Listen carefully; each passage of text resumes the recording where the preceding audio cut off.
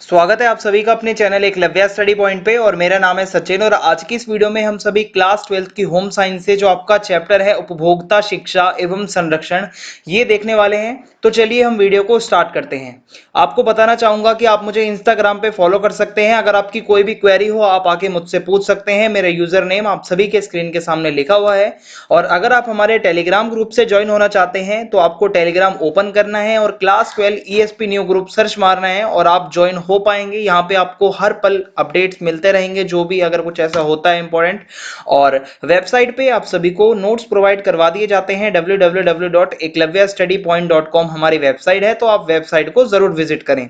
तो चलिए फिर हम शुरू करते हैं अपने चैप्टर को। तो इंट्रोडक्शन की अगर मैं बात करूं तो हमारा जो चैप्टर है वो कंज्यूमर्स के ऊपर है, यानी कि उपभोक्ता। अभी उपभोक्ता कौन होता है? तो उपभोक्ता वह व्यक्ति होता है जो वस्तुओं और सेवाओं को अपनी व्यक्तिगत जरूरतों की संतुष्टि के लिए खरीदता है। यानी कि हम सभी भी एक कंज्यूमर हैं। हम दुकान पे जाते हैं, अगर हम कुछ खरीदते हैं तो हम एक उपभोक्ता हैं। हम अगर मोबाइल की दुकान पे जाते हैं, हम उससे रिचार्ज करवाते हैं, वो बदले में अपनी सर्विस देगा, हम फिर भी एक वहां पे कंज्यूमर होते हैं, उपभोक्ता होते हैं। तो आई होप आपको समझ में आ ही रहा होगा। और उपभोक्ता किसी सामाजिक आर्थिक तंत्र के प्राथमिक घटक होते हैं। यानी कि कोई भी समाज होता है या कोई भी देश की अर्थव्यवस्था, वहां के उपभोक्ता ही संभालते हैं। अगर उपभोक्ता नहीं होंगे तो कोई अगर खरीदार ही नहीं होगा तो इकोनॉमी कैसे चलेगी? ओके।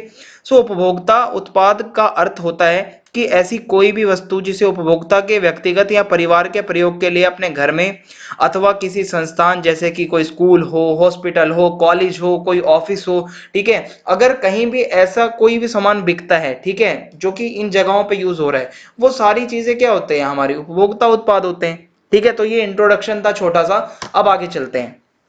उपभोक्ताओं की कुछ समस्याएं होती हैं, मैं आपको बताता हूं, ये आपके साथ भी होता होगा। पहला है कम स्तर की खराब गुणवत्ता वाली वस्तुएं। यानी कि कई निर्माता, कई मैन्युफैक्चरर ऐसे होते हैं जो कि बेकार क्वालिटी की, मतलब जो वस्तुएं होती हैं उसको बनाकर बेचते हैं।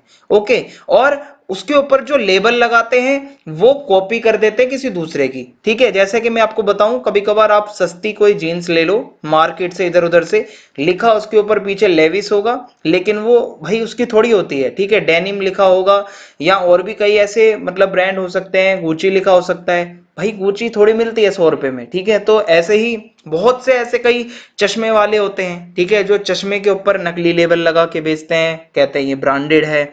ठीक है, ऐसा टी शर्ट्स के साथ हो सकता है, कह देंगे भाई ये एडिडास की टी शर्ट है, होती वो एडिडास की है। ठीक है, मतलब बात को समझिए, यहाँ पे क्या है कि नकल करते हैं, कॉपी करते हैं। ऐसा होने पर उपभोक्ता धोखा खा जाता है और उन्हें खरीद लेता है। ठीक है, उसको असली समझ के हम समझ लेते, बहुत बार खरीद लेते हैं। खासकर ईयरफोन्स वगैरह के साथ भी ऐसा बहुत होता है कि लिखा तो उसके ऊपर बहुत से अलग अलग ब्रांड का नाम होगा, बोट लिखा हो सकता है, ठीक है, कि उस पे JBL लिखा हो सकता है, पर वो उसका नहीं होता वो। मिलावट, मिलावट से भी हमें सामना करना पड़ता है। ये भी एक समस्या है कि एडल्ट्रेशन जब होती है, मिलावट होती है, घटिया मतलब निम्न स्तर का पदार्थ कोई मिला दिया जाता है उसमें, मिलावटी मिठाई होती है। ठीक है, हर चीज आजकल मिलावटी है। मिलावट जानबूझकर की जाती है ताकि पैसा बच सके। ठीक है, परंतु कभी अनजाने में भी हो जाती है, लेकिन ज्यादातर जानबूझकर ही मिलावट होती है। मिलावटी पदार्थ स्वास्थ्य पर हमारे बुरा प्रभाव डाल सकते हैं। जैसे हल्दी में मैटिनिल पीला रंग भी मिला दिया जाता है, चाय पत्ती में लोहे का चूरा मिला दिया जाता है, दूध में पानी मिला दिया जाता है, ये सब मिलावट के उदाहरण है। तो ये भी एक समस्या है। फिर है अधिक कीमत। कई बार क्या होता है, एक ही वस्तु की कीमत अलग अलग दुकानों पर भिन्न भिन्न होती है। ठीक है, इसके कई कारण हो सकते हैं, जैसे कि बड़ी दुकानों के ज्यादा खर्चे। अब आप क्या है कि एक छोले भटूरे खाते हो बाजार से, शनि बाजार से, सोम बाजार से, कहीं से भी आप बाजार से छोले भटूरे खाते हो, ठीक है, आपको 20 30 40 रुपए 50 मैक्सिमम की प्लेट मिलेगी। आप कभी जाइए वहां पे किसी मॉल में खाने, हल्दीराम के अंदर या कोई ऐसे ब्रांडेड जगह पे खाइए, आपको पता चलेगा वही छोले भटूरे 200 250 के मिलते हैं वहां पे, दो सिर्फ। तो क्या है, ये वहां के खर्चे ज्यादा हैं दुकानों के, मॉल में है तो वो उस हिसाब से अधिक कीमत रखते हैं। वही बाजार वाला आपको 20 30 में खिला रहा है। ठीक है, मांगोगे थोड़ी सब्जी और एक्स्ट्रा डाल के दे देगा वो, लेकिन बाहर जाओगे कहीं फिर उसके भी पैसे लगते हैं। बात आ रही होगी आपके समझ में? बहुत ही आसान चैप्टर है ये, बहुत ही आपके लाइफ से जुड़ा हुआ एक तरीके से ये चैप्टर है। ठीक है, तो ऐसा नहीं करना चाहिए। उपभोक्ता जो है उसके साथ ये अधिक कीमत वाली समस्या अक्सर आती है। फिर है उपभोक्ता जानकारी का अभाव।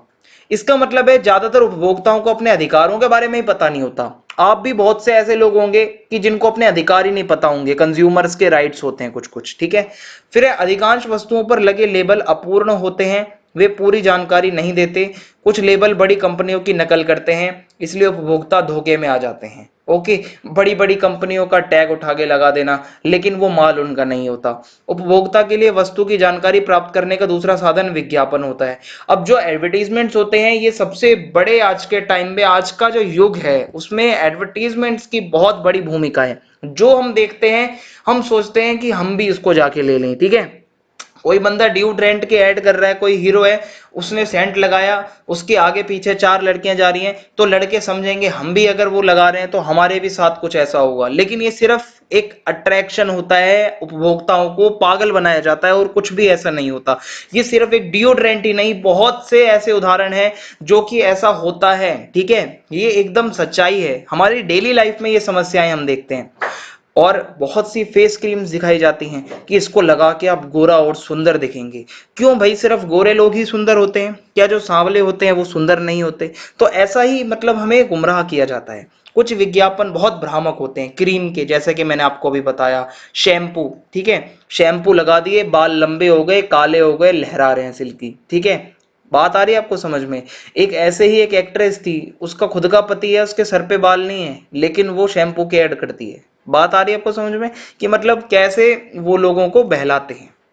फिर है उपभोक्ता शिक्षा और संरक्षण का महत्व। अब ये जो हमारे अधिकार हैं या जो उपभोक्ताओं से रिलेटेड जो शिक्षा है, कंज्यूमर जो जितनी भी इंफॉर्मेशन है, वो क्यों जरूरी है हमारे लिए, उसका महत्व क्या है? तो देखिए, हर व्यक्ति को एक समझदार उपभोक्ता बनना चाहिए। ठीक है, शिक्षा होनी चाहिए हमारे पास।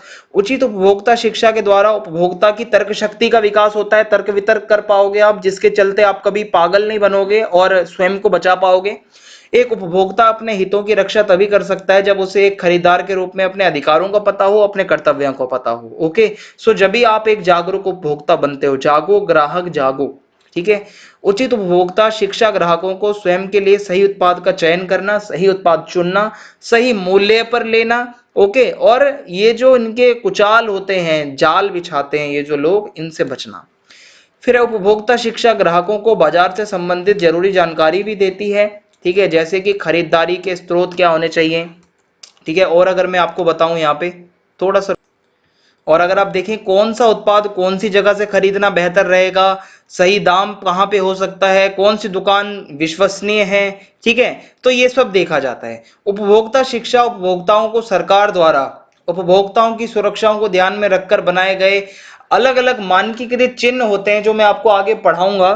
ठीक है, कि इसके बारे में बहुत लोगों को जानकारी नहीं होती। आप भारत में रहते हो, आप में से 90% लोगों को इन चिन्ह का मतलब तक नहीं पता होगा, जो कि आपको पता होना चाहिए। अब मैं आपको आगे बताता हूं। ठीक है, तो अब हम कुछ बेसिक कॉन्सेप्ट्स पढ़ेंगे, मूलभूत संकल्पनाएं, कुछ ऐसी डेफिनेशंस लिखी होंगी, आप इसको ध्यान से पढ़िएगा। सो उपभोक्ता उत्पाद क्या होता है, ये मैंने आपको इंट्रोडक्शन में ही पढ़ा दिया था। उपभोक्ता व्यवहार क्या होता है, किसी खरीदार द्वारा किसी वस्तु या सेवा के क्रय के संबंध में निर्णय लेने की प्रक्रिया को उपभोक्ता का व्यवहार कहते हैं। उपभोक्ता फोरम क्या होता है, वह स्थान या संगठन, कोई भी ऐसा संगठन जहां उपभोक्ता या उपभोक्ता उत्पादों, सेवाओं और उनके लाभ तथा हानियों के विषय में चर्चा होती है, उसको हम उपभोक्ता फोरम कहते हैं। उपभोक्ता आगमन संख्या क्या होती है, किसी विशेष स्थान, जैसे कि कोई भी दुकान है, कोई शॉप है, कोई स्टोर है, कोई मॉल है, एक दिन में जितने भी ग्राहक वहां पे आते हैं उनको हम उपभोक्ता आगमन संख्या कहते हैं। उपभोक्ता की अपेक्षाएं, कंज्यूमर्स की कुछ एक्सपेक्टेशंस होती हैं कि अगर हम कुछ खरीद रहे हैं भाई, वो अच्छी क्वालिटी का हो, उसका कपड़ा सही हो, अगर आप कपड़े लेने जाते हो अच्छा खासा चले, जल्दी रंग ना उतरे, ये कुछ एक्सपेक्टेशंस होती हैं। ठीक है, तो यही सब है। अब है उपभोक्ता अधिकार, ये सबसे इंपॉर्टेंट टॉपिक है इस चैप्टर का, मैं ऐसा मानता हूं, जो कि हर बच्चे को पता होना चाहिए। हमारे कुछ अधिकार, कुछ ऐसे अधिकार होते हैं कंज्यूमर्स के, जैसे कि सुरक्षा का अधिकार। इसका अर्थ है कि उपभोक्ता को अपने स्वास्थ्य, जीवन को होने वाले हानिकारक प्रभाव से सुरक्षित किए जाने का अधिकार है। यानी कि उपभोक्ताओं को ऐसे उत्पाद या उत्पादन प्रक्रियाओं और सेवाओं से सुरक्षा का अधिकार है जो स्वास्थ्य या जीवन के लिए हानिकारक हो। अपनी लाइफ को हमें बचाना है, इसका हमें अधिकार है। तो कोई भी ऐसी चीज है जो गलत है, उसके खिलाफ आप जा सकते हो। सूचित किए जाने का अधिकार, इसका अर्थ यह है कि उपभोक्ता को हर वस्तु और सेवा की गुणवत्ता, कैसी क्वालिटी है, मात्रा, क्षमता, शुद्धता और मूल्य की जानकारी पाने का अधिकार है। आप दुकान पे जाके किसी भी सामान के बारे में ये सब पूछ सकते हो, ये आपका मूल अधिकार है, मतलब एक तरीके से उपभोक्ताओं का अधिकार है ये, ठीक है, आप पूछ सकते हो उनसे। और चयन का अधिकार, इसका अर्थ है कि उपभोक्ता को विभिन्न गुणवत्ता, मात्रा, कीमत, माप और डिजाइन के उत्पाद मिलने चाहिए। उपभोक्ता उनमें से अपनी मर्जी से ले सकता है। ओके, आप जाके दुकान वाले को बोल सकते हो मुझे 36 चीजें दिखाओ, जो आपको पसंद है वो चुनो और आप ले सकते हो। कोई दुकानदार आपको मना नहीं कर सकता इस बात के लिए कि मैं नहीं दिखाऊंगा, आपको अधिकार है चयन का, ठीक है। फिर है सुने जाने का अधिकार। सुने जाने का अधिकार का मतलब है कि अगर उपभोक्ताओं के हित में कोई बात है तो उनको मतलब कोई ऐसा मंच होना चाहिए जहां पे आप अपनी बातें रख सकते हो, ठीक है। और इसमें उपभोक्ता कल्याण को सुनिश्चित करने के लिए कार्य कर रहे विभिन्न जो मतलब और भी कुछ मतलब होते हैं जिनको आप प्रस्तुत मतलब कर सकते हैं, ठीक है। कुछ ऐसे पत्र वगैरह होते हैं जो कि आप मतलब कुछ लिख सकते हैं, और इस तरीके से बहुत कुछ होता है अधिकार में। फिर शिकायत निवारण प्राप्त करने का अधिकार। इसका मतलब है कि उपभोक्ता को व्यापार के अनुचित तरीकों के विरुद्ध शिकायत का अधिकार है। अगर आपसे कुछ गलत हुआ है तो आप शिकायत कर सकते हो। अगर कोई भी उपभोक्ता का शोषण करता है या कोई गलत चीजें बेच रहा है तो उपभोक्ता उसका उसकी शिकायत कर सकता है, और जो उसका नुकसान हुआ है उसकी भरपाई करनी पड़ेगी सामने वाले को। फिर है उपभोक्ता शिक्षा का अधिकार। इसका अर्थ यह है कि हर उपभोक्ता को शिक्षा का अधिकार है ताकि वो अपने शोषण से बच सके, समस्याओं का समाधान मिले, उसे उसे जानकारी मिले, ठीक है, और उसको नॉलेज मिले, स्किल्स मिले, इसका अधिकार है आप सभी को। और जब भी हम कोई चीज खरीदते हैं किन चीजों को ध्यान रखना चाहिए, क्या हो सकता है, इसका आपको पूरा अधिकार है। अब हमारा अगला टॉपिक है मानकीकरण चिन्ह। जैसे कि उपभोक्ता अधिकार एक इंपॉर्टेंट टॉपिक था, मैं समझता हूं ये भी इंपॉर्टेंट टॉपिक है बहुत ज्यादा। मानकीकरण चिन्ह क्या होता है? कुछ ऐसे लोगो आप समझ सकते हो जो हो सकते हैं, ये कुछ ऐसे डिजाइन होते हैं, मतलब लोगो होते हैं जो कि हर प्रोडक्ट पर लगाए जाते हैं। यही हमें बताते हैं कि वो प्रोडक्ट कितना शुद्ध है, उसकी क्वालिटी कैसी है। तो चलिए शुरू करते हैं। पहला है ये चिन्ह। आपने इस चिन्ह को बहुत जगह देखा होगा। आप बर्तन खरीदते हो वहां आपको दिखेगा, नमक की थैली खरीदते हो वहां आपको दिखेगा, पानी की बोतल खरीदोगे वहां दिखेगा, बच्चे के दूध का पाउडर होगा वहां दिखेगा, साबुन खरीदोगे उठा के देखना ये छपा होगा, नहीं छपा तो भाई साहब नकली साबुन रगड़ रहे हो आप, पहले बता दूं। पेंट खरीदते हो तो छपा होगा, कागज खरीदते हो तो छपा होगा, सीमेंट, सरिया, ये हर जगह ये छपा होता है। अगर नहीं छपा तो समझ जाओ नकली चीज ले रहे हो, ठीक है। तो ये क्या है? BIS यानी कि भारतीय मानक ब्यूरो का प्रमाणन चिन्ह होता है। और BIS को पहले ISI यानी कि भारतीय मानक संस्थान के नाम से जाना जाता था। ये मैंने आपको बता ही दिया है, अलग अलग खाने की चीजों और अलग अलग पदार्थों पर इसको पीछे छापा जाता है। अगर ये नहीं है तो आप अंधेरे में हो, ठीक है। दूसरा चिन्ह है एग मार्क। ये मोस्ट इंपॉर्टेंट थिंग है, जो कि इसमें क्या होता है कि आपकी जो कृषि उत्पाद होते हैं, ठीक है, मसाले, घी, मक्खन, तेल, आटा, बेसन, इनके पीछे ये लगाया जाता है। अगर ये नहीं है, मान लो आप देसी घी खरीदते हो और उसके पीछे ये चिन्ह नहीं है तो वो नकली है, ठीक है, सीधी बात बता रहा हूं। अगर आपके पीछे वो है तो एटलीस्ट आप मान के चलिए कि वो कुछ हद तक तो सेफ है। देखो मिलावट तो हर जगह होती है, लेकिन ये चिन्ह जरूर चेक कर लेना। आपके भी घी के ऊपर, आटे के ऊपर पीछे जो पैकेट होते हैं मसाले के, उसके ऊपर ये जरूर छपा होता है, ठीक है, आप कभी देख के देखना इसे। फिर है FSSAI। FSSAI ये भी आपने देखा होगा, आपने इसको बहुत सी चीजों पे देखा होगा, ठीक है। कि ये क्या होता है कि भारतीय खाद्य संरक्षण और मानक प्राधिकरण, स्वास्थ्य एवं परिवार कल्याण मंत्रालय द्वारा ये दिया गया मानक चिन्ह होता है। ये सभी खाने की जो चीज होती है उसके हर चीज के पीछे लिखा होता है। जो भी चीज आप खाते हो, कोल्ड ड्रिंक है, चाय पत्ती है, कॉफी है, बिस्किट है, चॉकलेट है, कुछ भी आप खाते हो A to Z चीजें, उसके पीछे FSSAI का चिन्ह जरूर होगा, ठीक है। अब है वूल मार्क। वूल यानी कि नाम से पता चल रहा है ऊन, अच्छी क्वालिटी की ऊन या ऊनी वस्त्रों पर यह चिन्ह जरूर होता है, ठीक है। अंतरराष्ट्रीय ऊन सचिवालय का यह मानक चिन्ह होता है। फिर है सिल्क मार्क। सिल्क मार्क क्या है? नाम से पता चल रहा है रेशम, रेशमी वस्त्र जो होते हैं, सिल्की कपड़े, ये उन पर पाया जाता है, जो कि सुनिश्चित करता है कि 100% प्राकृतिक रेशम से ये चीज बनी है, प्योर सिल्क है। फिर है उसके बाद हॉलमार्क। हॉलमार्क का चिन्ह जो है शुद्ध सोने पर होता है, चांदी पर होता है, प्लेटिनम के जो आभूषण होते हैं, जो हम गहने खरीदते हैं उस पर होता है। हॉलमार्क नहीं है अगर चिन्ह, तो भाई नकली सोना आपको कोई दे रहा है, ठीक है। आप ये जरूर चेक करें कि हॉलमार्क है या नहीं है, ठीक है। तो ये कुछ चिन्ह थे। अब है उपभोक्ता के दायित्व, आपके कुछ कर्तव्य भी हैं।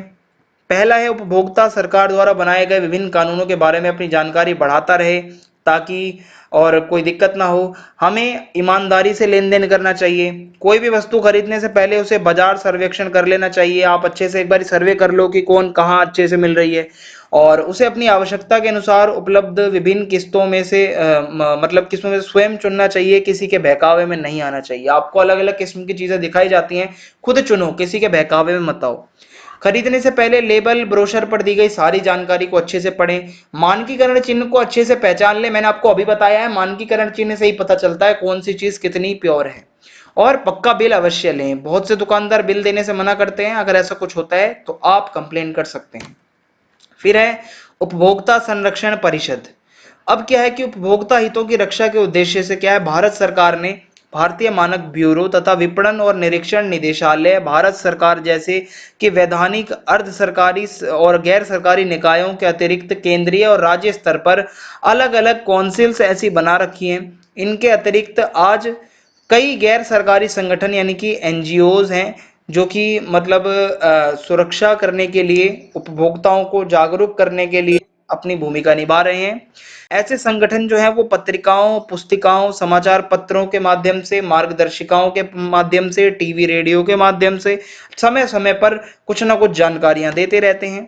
आजकल तो बहुत से उपभोक्ता संगठन उत्पादों के तुलनात्मक परीक्षण, हानिकारक और असुरक्षित उत्पादों के बारे में उपभोक्ता जागरूकता फैलाने, उत्पादों के बारे में समझाने, उपभोक्ताओं के लिए नए वैधानिक प्रावधानों के बारे में जानकारी का प्रचार करने, मुफ्त कानूनी सलाह और पैरवी करने, उपभोक्ताओं की शिकायतों से निपटने के लिए सतर्कता समूहों के रूप में कार्यरत हैं। यानी कि इतनी सारी चीजें आपको मिल रही हैं, इतनी सारी चीजें हो रही हैं उपभोक्ताओं के लिए।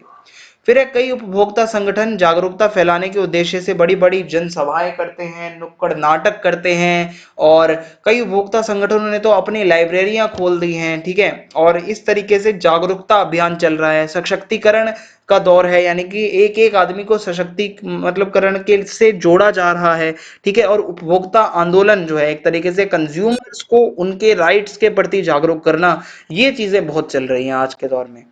अब कार्य क्षेत्र की अगर हम बात करें, यानी कि स्कोप की क्या है इसमें, तो भारतीय मानक ब्यूरो, विपणन और निरीक्षण निदेशालय, या मतलब अलग अलग मंत्रालयों में आप टेक्निकल काम कर सकते हो कोई, ठीक है, कोई मैनेजर का काम कर सकते हो। स्वैच्छिक संगठनों में कार्य मतलब एनजीओज वगैरह में आप काम कर सकते हो, कोई कॉरपोरेट्स वगैरह में आप काम कर सकते हैं, ठीक है। इसके अलावा बाजार अनुसंधान संगठनों के साथ कार्य कर सकते हैं, और अपना उपभोक्ता संगठन भी लोग शुरू कर सकते हैं। तो ये कुछ इसके स्कोप थे जो मैंने आपको बता दिए हैं। आई होप आपको ये चैप्टर अच्छा लगा होगा। और आगे अगर आप देखते हैं तो उपभोक्ता परामर्श सेवा और लोगों की शिकायतों का निवारण करने के लिए राष्ट्रीय उपभोक्ता हेल्पलाइन में भी आप कार्य कर सकते हैं। स्कूल और कॉलेज में आप कर सकते हैं, ठीक है, मार्गदर्शन कर सकते हैं।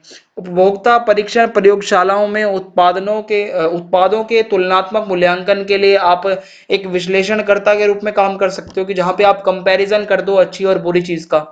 उपभोक्ता मामलों से संबंधित पत्रकारिता कर सकते हो आप, ठीक है। आप जर्नलिज्म में जा सकते हो इस लाइन में। तो बहुत सी चीजें हैं जहां पे आपको आगे स्कोप मिल सकता है इस लाइन में। तो यही था इस चैप्टर में। चैनल को सब्सक्राइब करना ना भूलें। ज्यादा से ज्यादा वीडियो को शेयर कर दें, कमेंट करके जरूर बताएं वीडियो आपको कैसी लगी। जय हिंद, जय भारत। बहुत बहुत धन्यवाद आप सभी का।